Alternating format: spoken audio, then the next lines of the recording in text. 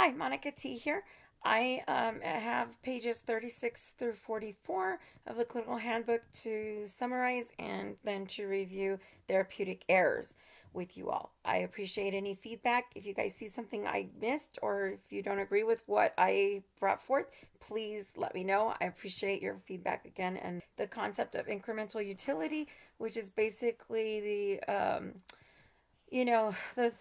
the thought process of what extent does clinical assessment actually impact or make a difference with regards to therapeutic goals and even outcomes in the end for therapy. With regards to therapy errors, I want to highlight the following errors that I saw in the dialogue that came about in those pages. It after the explanation of utility, it goes into the dialogue between a therapist and a case study of a couple named Mateus and a wife who is Amaya, who is 35 years old, and it pretty much just goes over some dialogue of how they are being guided by the therapist with regards to review and the developing of their goals and whatnot.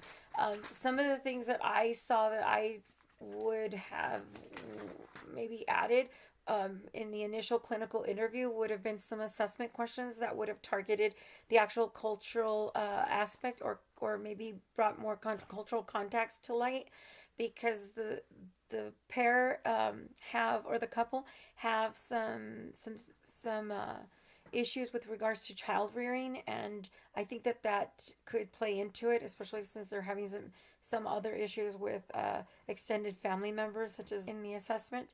Another thing with regards to the brief symptom inventory, there was a BSI done with the wife, which is what initiated really the referral to counseling, but the husband never had that BSI. So I would, as a therapist, I think that would have been useful information to also have the husband do a BSI inventory and just kind of see where their levels of functioning that were there.